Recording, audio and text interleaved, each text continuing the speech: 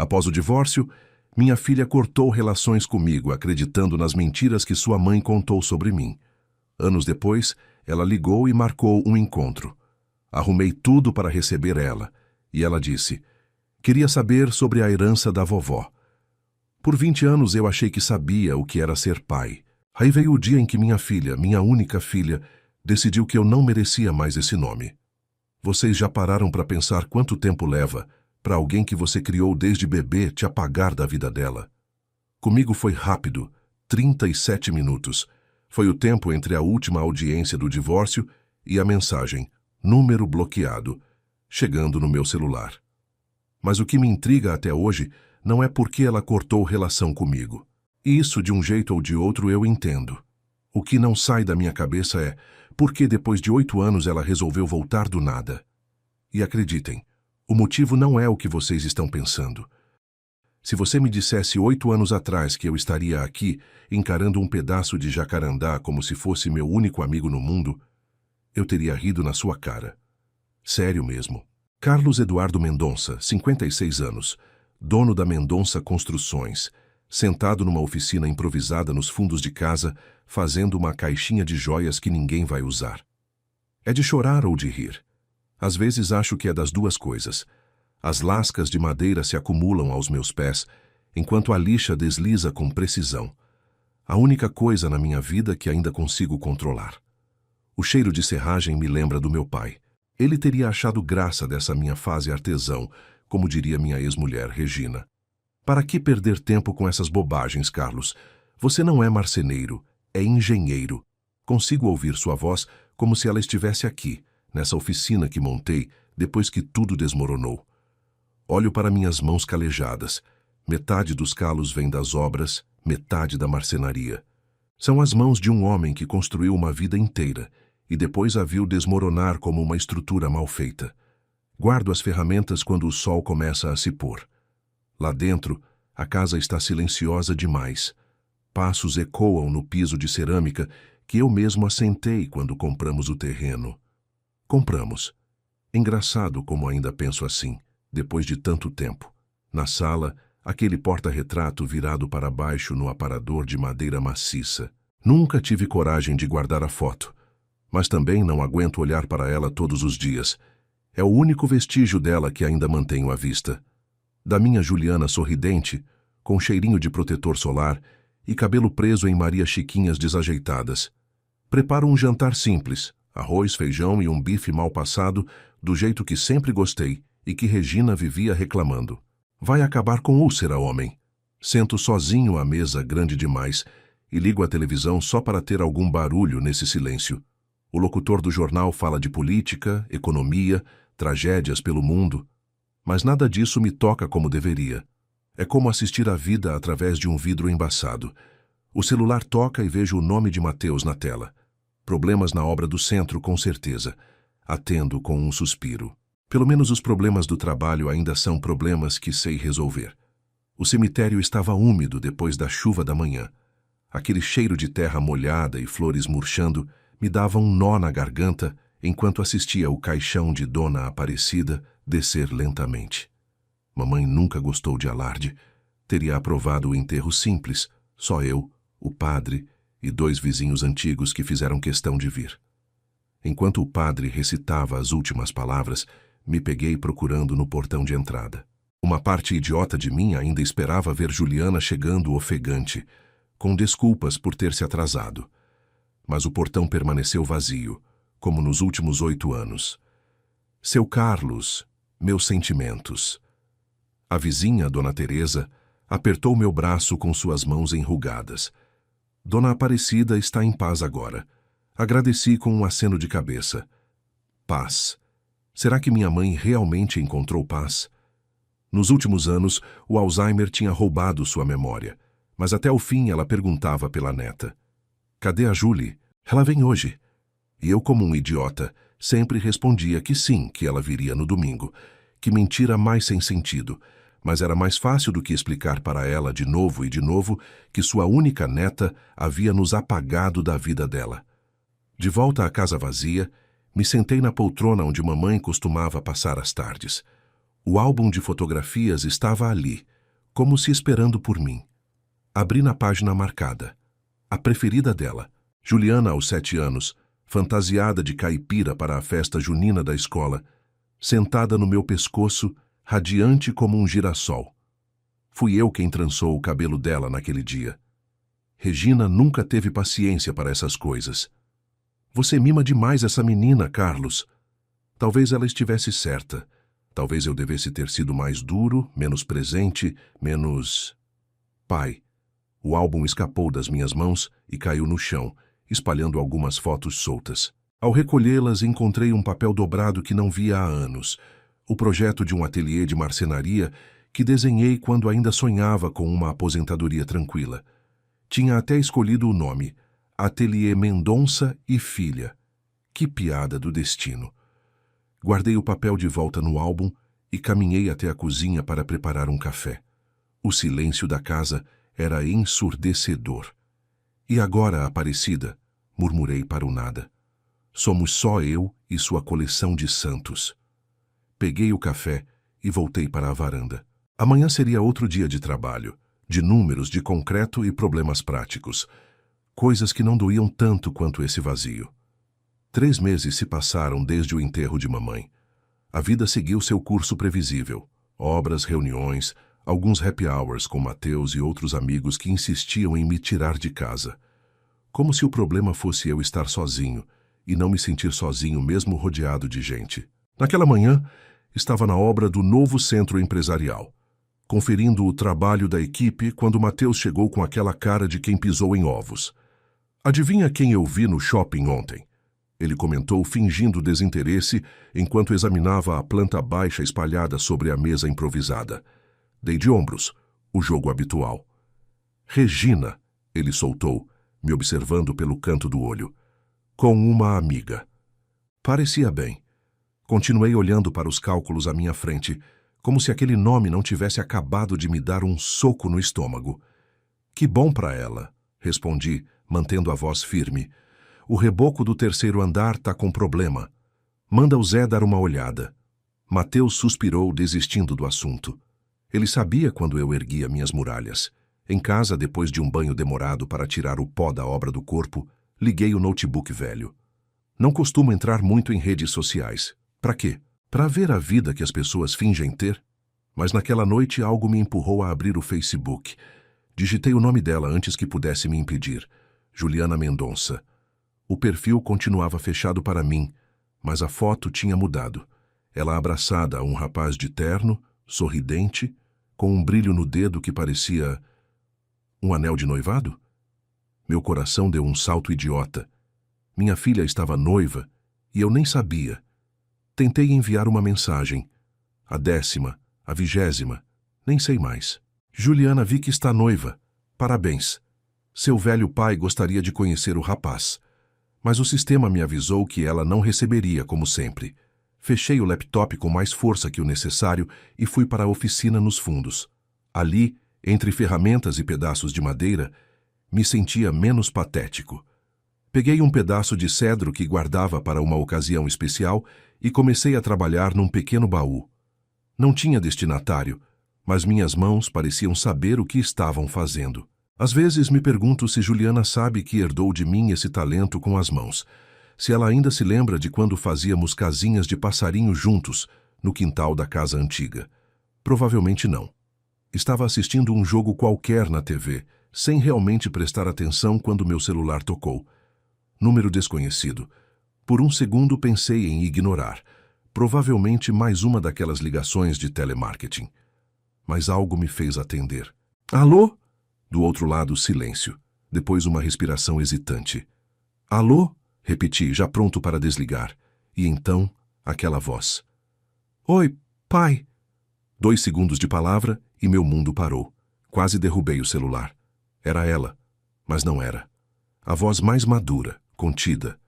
Uma voz de mulher, não da menina que guardei na memória. Juliana? Minha própria voz saiu estranha, como se não fosse minha. Ela pigarreou do outro lado. Sim, sou eu. Desculpa ligar assim, sem avisar. 1000 perguntas se acumulavam na minha garganta, mas consegui apenas um tudo bem? Patético.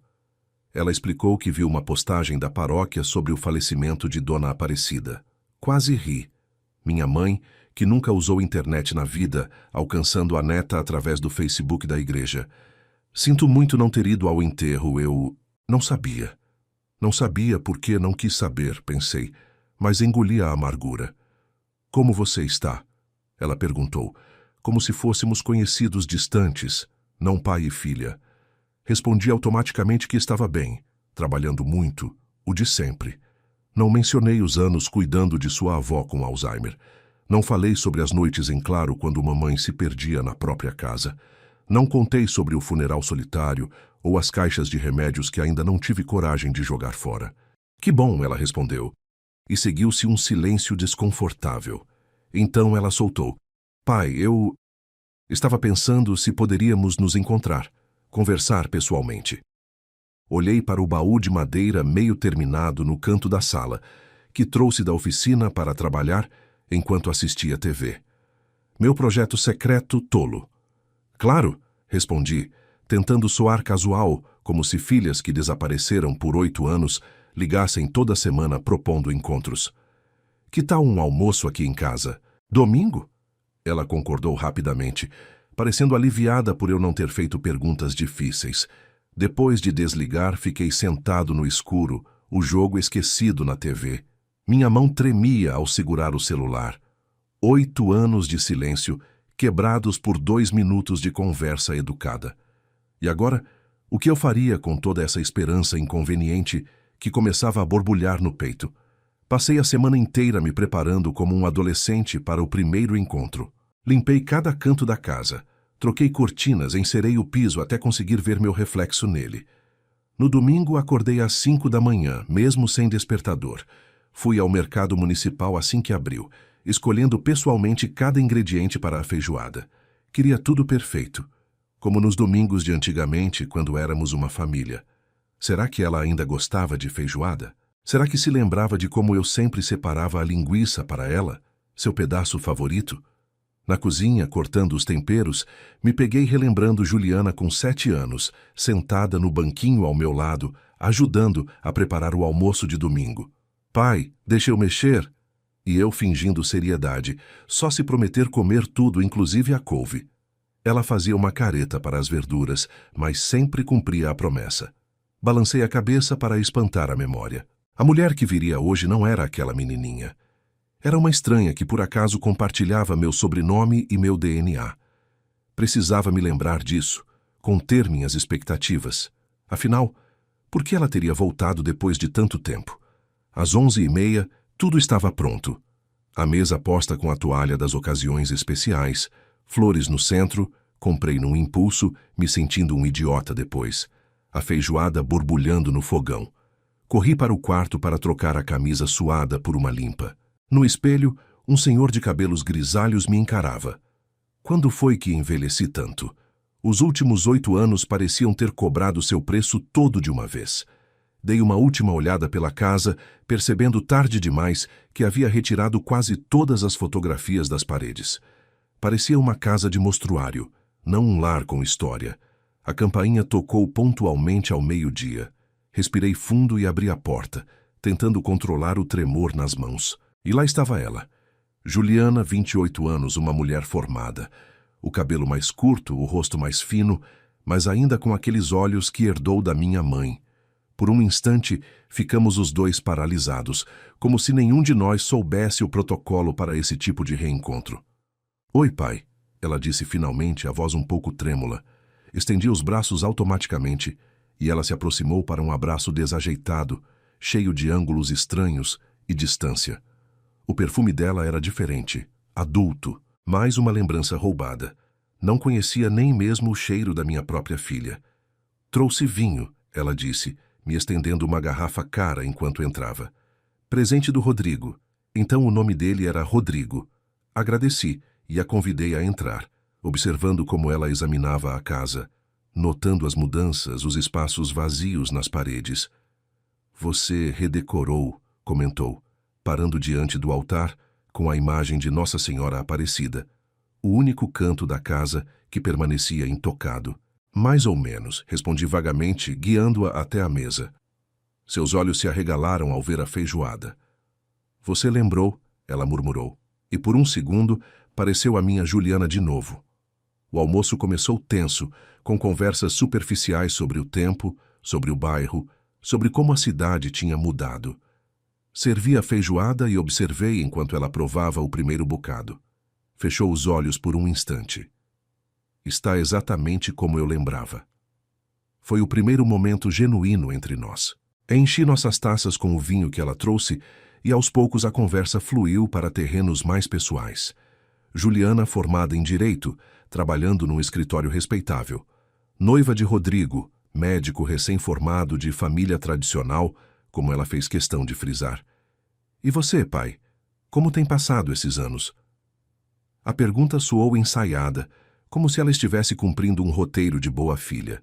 Falei sobre a empresa, sobre alguns projetos, evitando mencionar a solidão ou o Alzheimer de mamãe. Para quê? Ela não esteve aqui quando precisei. Não viu mamãe chamando por ela até o fim. Não passou as noites em claro comigo. Enquanto falávamos, observei a aliança de noivado brilhando em seu dedo. Uma pedra grande demais, chamativa. Pensei em perguntar sobre o casamento, mas algo me conteve. Havia um abismo entre nós que conversa fiada não preencheria. Depois da sobremesa, pudim de leite, outro favorito dela, convidei Juliana para conhecer minha oficina nos fundos. Seus olhos se iluminaram com genuíno interesse enquanto mostrava minhas ferramentas, os projetos em andamento. Não sabia que você tinha esse talento, pai, ela comentou, passando os dedos por uma estante que havia terminado recentemente. Quase respondi. Há muita coisa sobre mim que você não sabe mais. Mas engoli as palavras amargas. No canto, coberto por um pano, estava o baú que vinha trabalhando desde que soube de seu noivado. Quase mostrei a ela, quase ofereci como presente. Mas então seu celular tocou. É o Rodrigo, ela explicou, e ao atender sua voz mudou completamente, mais aguda, mais afetada, uma máscara caindo sobre outra máscara, e percebi que ainda não sabia quem era a verdadeira Juliana. De volta à varanda, com xícaras de café preto forte, hábito que Juliana claramente pegou de mim, respirei fundo e soltei a pergunta que martelava minha cabeça desde que ela ligou. Por que você nunca quis ouvir meu lado da história? Juliana? O café em sua xícara tremeu levemente. Ela baixou os olhos, estudando o líquido escuro como se encontrasse respostas ali. Eu tinha medo, confessou finalmente. Medo de descobrir que mamãe estava mentindo, medo de descobrir que estava certa. Era mais fácil simplesmente acreditar nela. Mais fácil para quem? As palavras saíram mais duras do que pretendia. Juliana encolheu os ombros, parecendo menor de repente. Eu era imatura, pai. Tinha 20 anos, estava na faculdade, influenciada por todo mundo.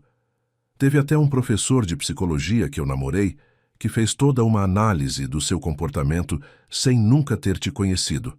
Ela riu sem humor. Ele dizia que você era um caso clássico de pai narcisista que não suportava perder o controle. E eu, idiota, acreditei. Um silêncio pesado se instalou entre nós. Lá fora, o céu começava a nublar, prenunciando chuva, típica tarde de domingo na nossa cidade. Sinto muito, ela continuou, a voz mais firme agora. Realmente sinto. Eu não deveria ter bloqueado você. Não deveria ter... Ela parou, mordendo o lábio.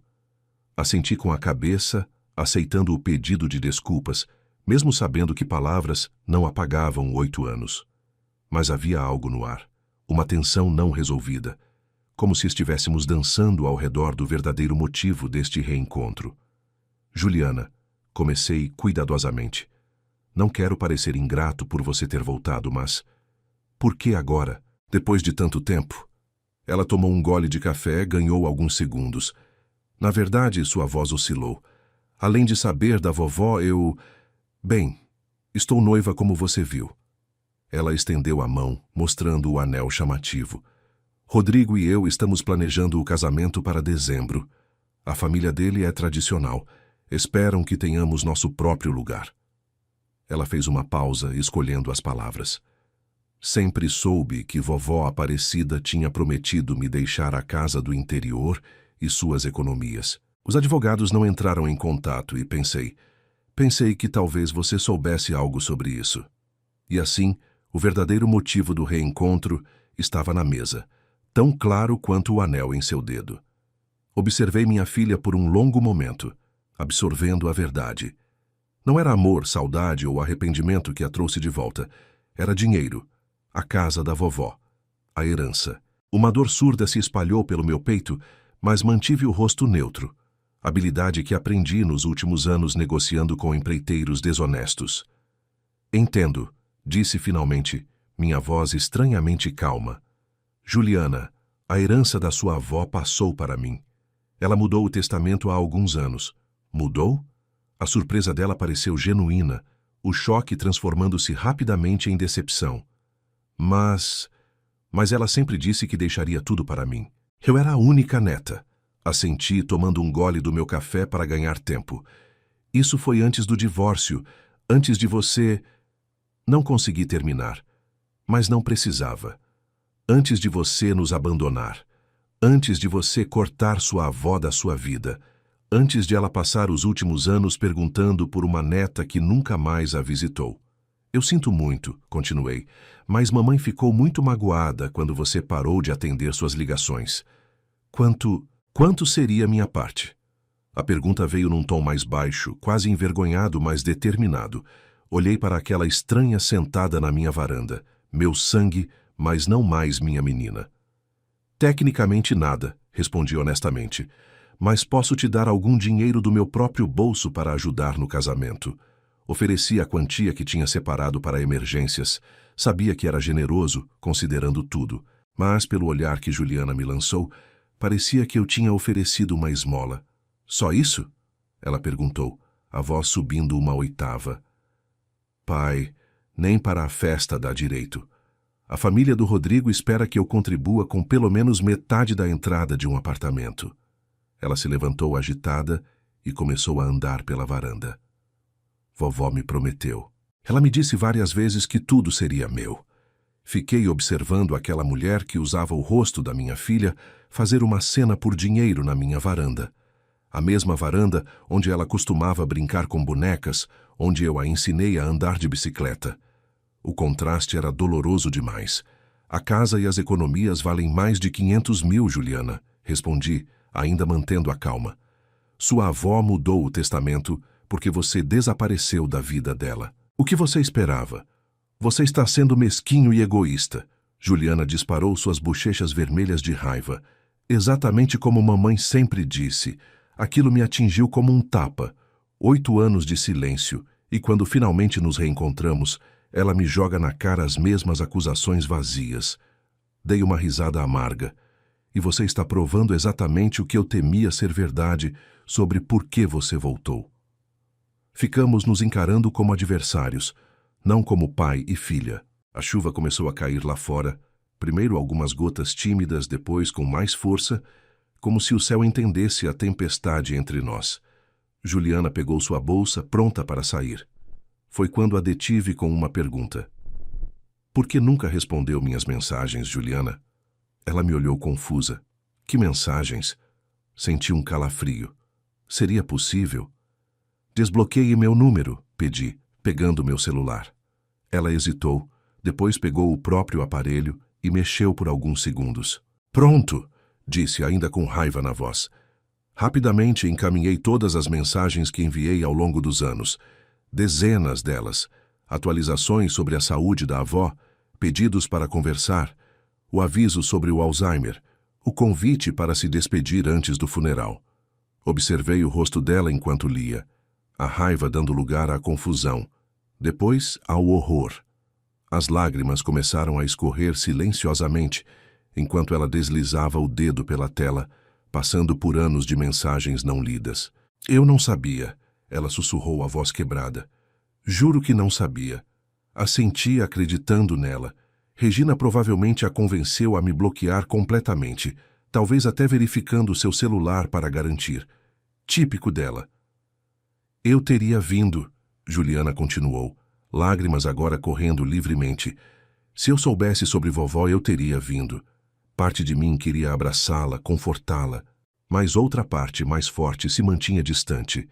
Não te odeio, Juliana, disse finalmente minha voz mais suave agora. Provavelmente nunca poderia, mas não confio em você. E amor sem confiança não é amor verdadeiro. Ela ergueu os olhos, vermelhos de choro. O que isso significa? Suspirei, sentindo o peso de cada palavra. Significa que passei 8 anos sentindo sua falta, te lamentando como se estivesse morta, mesmo você estando viva. Mas estou cansado. Cansado de esperar. Cansado de ser um pai para alguém que só se lembra de mim quando precisa de dinheiro. Ela abriu a boca para protestar, mas fechou novamente. Não havia como negar a verdade que agora estava exposta entre nós, tão clara quanto a chuva que lavava a varanda. Uma semana depois, eu estava na oficina, envernizando uma estante pequena, quando meu celular tocou. Número desconhecido. Meu coração deu um salto idiota. Juliana? Mas ao atender, ouvi uma voz que não escutava há quase uma década. Carlos? A voz de Regina, mais velha, mas inconfundível. Quase desliguei por reflexo. O que você quer? Respondi secamente, largando o pincel no pote de solvente. Silêncio do outro lado, depois um suspiro. Precisamos conversar sobre a Juliana. Não temos nada para conversar, Regina, respondi, sentindo o gosto amargo familiar voltando à boca. 8 anos, e apenas ouvir sua voz ainda me deixava com o estômago embrulhado. Ela voltou para casa arrasada depois de te ver, Regina continuou, ignorando minha resistência. Me contou tudo, sobre a herança, sobre as mensagens. Sua voz vacilou. Carlos, eu não sabia que sua mãe estava tão doente. Sinto muito. Soltei uma risada seca. Sente muito, agora, depois de 8 anos? Que conveniente, Regina. Eu sei que mereço seu ódio, ela disse, surpreendentemente humilde. Mas não estou ligando por mim. Estou preocupada com a Juliana. Fechei os olhos, tentando controlar a irritação crescente. Ela é adulta, Regina. Tem 28 anos. Se está chateada porque não vai ganhar uma casa de presente, talvez seja a hora de crescer. Regina fez uma pausa, e quando falou novamente, sua voz estava diferente, quase vulnerável. Ela terminou o noivado, Carlos, na mesma noite depois de te ver. A informação me pegou de surpresa. Sentei pesadamente no banco da oficina, tentando processar. Por quê? Perguntei antes que pudesse me conter. Regina suspirou do outro lado da linha. Ela disse que percebeu que estava repetindo meus padrões, usando Rodrigo como eu usei você. Fiquei em silêncio, sem saber como responder. Depois de tantos anos ouvindo apenas acusações de Regina, essa confissão velada me deixou sem palavras. Será que ela finalmente estava admitindo o que fez? O que você quer dizer com isso, Regina? Perguntei finalmente, precisando ouvir claramente, depois de tantos anos de distorções e meias-verdades. O silêncio do outro lado se estendeu por alguns segundos. Quando ela voltou a falar, sua voz estava embargada. Eu destruí você, Carlos, e durante anos disse a mim mesma que era justificado, que você era frio, distante, que não se importava com a gente. Era mais fácil te transformar no vilão. As palavras que esperei ouvir por 8 anos finalmente vieram, mas estranhamente não trouxeram o alívio que eu imaginava. Por que, Regina? Por que fazer isso? A pergunta saiu mais cansada do que raivosa. Eu realmente queria entender. Tinha medo, ela confessou. Medo de que se Juliana ouvisse seu lado, se ela tivesse escolha, ela escolheria você. A honestidade brutal me atingiu como um soco. Então você envenenou nossa filha contra mim por puro egoísmo? Ouvi um soluço abafado. Não era tão calculado assim no começo. Mas sim, acabei fazendo isso. E agora vejo o quanto isso a prejudicou também. Você sabe qual foi a pior parte, Regina? Minha voz estava surpreendentemente controlada, enquanto eu encarava a chuva fina que começava a cair no quintal. Não foram as mentiras. Não foi perder a casa, ou metade das minhas economias. Foi ver minha própria filha me apagar como se eu nunca tivesse importado. Como se cada história de ninar, cada joelho ralado, cada manhã de Natal não significasse nada. Fiz uma pausa, deixando as palavras assentarem. Como se eu pudesse ser substituído tão facilmente. Regina não respondeu imediatamente, apenas seu choro abafado do outro lado da linha. Ela precisa de você agora, Carlos, Regina finalmente disse. Está realmente arrependida. Balancei a cabeça mesmo sabendo que ela não podia me ver. Não, Regina, ela não precisa de mim. Ela precisa da herança que achou que receberia. São coisas diferentes. Regina protestou. Não é justo. Ela terminou com Rodrigo, está recomeçando do zero. Aquela casa seria uma grande ajuda. Fechei os olhos, exausto daquela conversa circular. A casa não é mais da minha mãe para dar, Regina. E depois de tudo, você ainda acha que Juliana tem direito a ela? Ela é sua filha, Carlos, Regina insistiu, sua voz assumindo aquele tom familiar de quem está prestes a manipular a situação. Seu sangue, sua única família agora. Apertei o celular com força, tentando não deixar a raiva me dominar. Não, Regina, você fez questão de que ela fosse apenas sua filha. Você a criou para me ver como um monstro e agora quer que eu a ajude financeiramente? Ouvi seu suspiro frustrado. Ela está arrependida, Carlos. Não vai admitir, mas chora todas as noites. Regina, disse finalmente minha voz mais calma, não odeio a Juliana. Provavelmente nunca conseguiria. Mas também não conheço mais essa mulher em que ela se transformou. E a versão que conheci na semana passada não me ama. Ama apenas o que represento, uma solução financeira, um nome para assinar um cheque. Fiz uma pausa, observando pela janela da oficina os pássaros se abrigando da chuva. Estou cansado de ser procurado apenas quando é conveniente. Regina ficou em silêncio por um longo momento. O que devo dizer a ela? Perguntou finalmente sua voz derrotada. Diga a verdade, respondi simplesmente. Para variar. E desliguei o telefone, sentindo um estranho alívio. Voltei ao meu trabalho na oficina, aplicando mais uma camada de verniz na estante.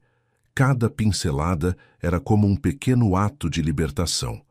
Não era raiva que me movia agora, nem amargura. Era algo mais leve, mais próximo da aceitação. As palavras que disse a Regina não eram para machucá-la ou a Juliana, eram simplesmente a verdade que guardei por tempo demais. Naquela noite, jantei na varanda, observando a chuva diminuir até parar completamente. O céu noturno se abriu, revelando algumas estrelas teimosas entre as nuvens que se afastavam. Por hábito, peguei o celular para verificar mensagens. Nada de Juliana desde nosso encontro desastroso. O que eu esperava? Que ela entendesse tudo de repente, que voltasse correndo arrependida não pelo dinheiro, mas por mim? Talvez eu ainda fosse aquele tolo romântico que Regina tanto criticava. Sorri para mim mesmo, um sorriso triste, mas sereno. Você ficaria orgulhosa de mim, mãe, murmurei para o céu estrelado. Finalmente estou aprendendo a soltar. Uma semana depois, encontrei uma carta na caixa do correio. Sem remetente, apenas meu nome escrito à mão, numa caligrafia que não reconheci imediatamente. Abri enquanto entrava em casa, curioso. Dentro, uma foto antiga caiu sobre a mesa da cozinha. Meu coração parou por um segundo. Era Juliana, aos 5 anos, no meu pescoço, durante a festa junina da escola. Ela com Maria Chiquinhas desajeitadas e aquele sorriso banguela que me derretia. Eu mais jovem, cabelo escuro, sorrindo como se o mundo fosse um lugar perfeito. Junto da foto, um pequeno bilhete escrito à mão. Não sei como consertar o que quebrei. Talvez nunca possa. Mas você foi o melhor pai que eu poderia ter pedido. E sinto muito por não ter percebido isso antes. Nenhuma menção a dinheiro. Nenhuma menção ao casamento cancelado. Apenas aquelas palavras simples que fizeram minha garganta apertar. Fiquei olhando para a foto por muito tempo, passando o dedo sobre o papel gasto, lembrando daquele dia. Juliana tinha insistido em participar da quadrilha mesmo com febre baixa. Pai, eu ensaiei tanto. Caminhei até a sala e coloquei a foto no altar, ao lado da imagem de Nossa Senhora Aparecida. Parecia o lugar certo, junto às coisas sagradas, às memórias preciosas. Mas não peguei o telefone para ligar para ela. Não corri até seu apartamento. Algo havia mudado dentro de mim naquelas últimas semanas. Não era raiva que me impedia, nem mágoa. Era um entendimento novo. uma clareza que chegou silenciosamente, como a chuva fina que agora voltava a cair lá fora. Voltei para minha oficina nos fundos, onde trabalhava na placa para o Ateliê Mendonça. Não mais e filha, apenas Mendonça. O sonho estava mudando de forma, adaptando-se à realidade. Enquanto lixava a madeira, percebi que a peça tinha uma pequena rachadura natural que eu não havia notado antes. Anos atrás, teria descartado a madeira, buscando a perfeição. Agora decidi incorporar a falha ao design, transformando-a em parte do charme da peça. Algumas quebras não podem ser consertadas, mas podem ser integradas a algo novo, algo diferente do planejado, mas ainda belo. 2 semanas depois, inaugurei meu pequeno ateliê. Nada grandioso. Apenas uma placa na frente de casa e um anúncio no jornal do bairro. Mateus apareceu com uma garrafa de vinho barato e Dona Teresa, a vizinha que acompanhou mamãe no hospital tantas vezes, trouxe um bolo de fubá. Outros vizinhos e alguns colegas da construtora também vieram, curiosos para ver o que o seu Carlos engenheiro estava fazendo com madeira. Foi uma tarde simples, regada a café e conversas leves. Nenhuma grande celebração, mas senti algo que não experimentava há muito tempo. Pertencimento. Ficou bonito, seu Carlos, comentou Dona Teresa, admirando a estante que eu havia terminado recentemente. Sua mãe ia gostar de ver isso. Sorri, imaginando mamãe sentada na varanda, observando os vizinhos entrando e saindo, orgulhosa do filho. Ela sempre dizia que eu tinha que fazer o que me dava prazer, não só o que dava dinheiro. Dona Teresa assentiu, seus olhos bondosos me estudando. E sua filha? Não veio? A pergunta inocente provocou um silêncio momentâneo. Não, respondi simplesmente. Ela está ocupada. Dona Teresa apertou meu braço com carinho. Família é complicado, né? Assenti agradecido por ela não insistir no assunto. Depois que todos foram embora, sentei na oficina com um último copo de vinho, olhando para as ferramentas, para os projetos inacabados, para o futuro que estava construindo com minhas próprias mãos. O celular no bolso permaneceu silencioso. Nenhuma mensagem de Juliana desde a carta. Parte de mim ainda esperava, ainda ansiava. Aquela parte paternal que nunca morreria completamente. Mas outra parte mais sábia, talvez, entendia que nem todos os relacionamentos podem ou devem ser consertados. Algumas pontes, uma vez queimadas, deixam apenas a opção de construir novos caminhos. Na manhã seguinte, acordei com uma ideia clara na mente.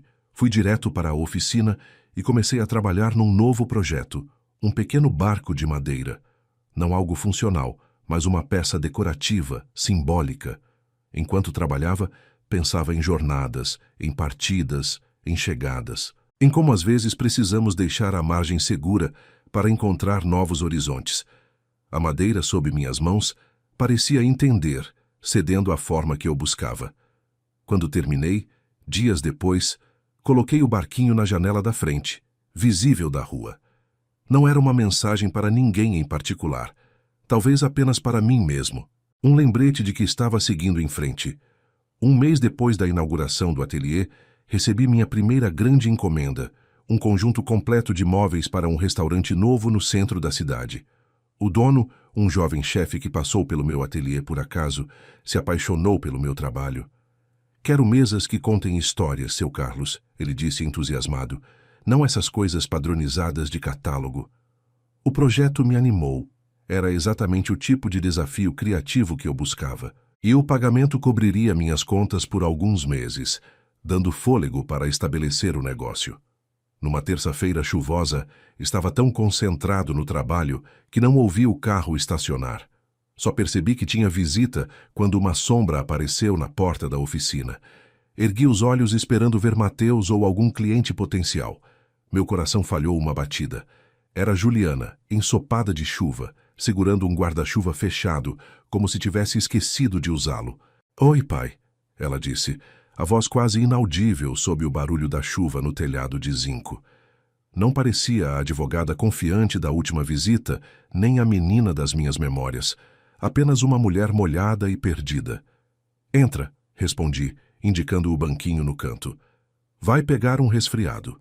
Ela entrou timidamente, olhando ao redor como se estivesse num território estrangeiro. Notei que não usava mais o anel de noivado. Seus olhos estavam diferentes também, mais maduros, talvez mais tristes.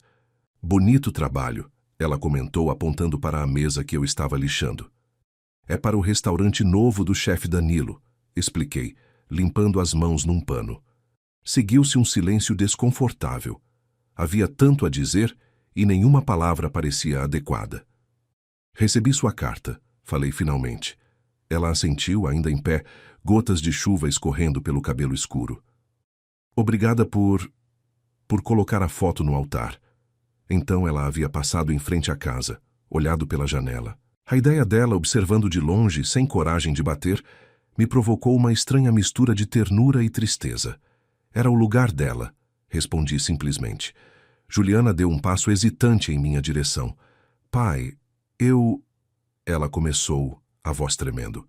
Eu não vim pelo dinheiro, nunca mais vou mencionar a herança, prometo. Continuei em silêncio, esperando. Havia mais, eu sabia. Vim porque... Ela respirou fundo, finalmente me olhando nos olhos, porque percebi que não quero passar mais 8 anos sem um pai. O silêncio entre nós foi preenchido apenas pelo som ritmado da chuva no telhado. Por um longo momento, apenas nos olhamos. Pai e filha, separados por 8 anos de ausência e um mês de verdades dolorosas. Ela deu um passo hesitante em minha direção. Aprendi algo com você, pai. Mesmo madeira rachada pode se transformar em algo belo nas mãos certas. Estendi minha mão áspera de marceneiro e ela a segurou, seus dedos finos encaixando nos meus calejados. Não era perdão, não ainda. Era algo mais fundamental. Reconhecimento.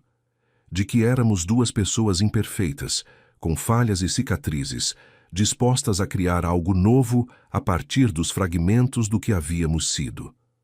Meses depois, enquanto trabalhávamos lado a lado na oficina, ela aprendendo a arte da marcenaria nos fins de semana, eu aprendendo a arte de ser pai novamente, percebi que mamãe estava certa o tempo todo. Carlos, ela dizia nos momentos de lucidez entre a névoa do Alzheimer, o amor verdadeiro não se mede pelo que recebemos, mas pelo que estamos dispostos a oferecer sem garantias. Observei Juliana, concentrada em seu primeiro projeto solo, um pequeno barco de madeira que decidiu fazer como símbolo de sua própria jornada, e soube, com uma certeza tranquila, que finalmente havia encontrado paz. Não porque voltamos a ser o que éramos antes, mas porque aceitamos ser o que nos tornamos agora. 2 pessoas que carregavam o passado sem serem prisioneiras dele, construindo um futuro sem exigências ou expectativas, apenas com a paciência de quem sabe que as coisas mais belas levam tempo para serem criadas, especialmente quando feitas a partir de peças quebradas.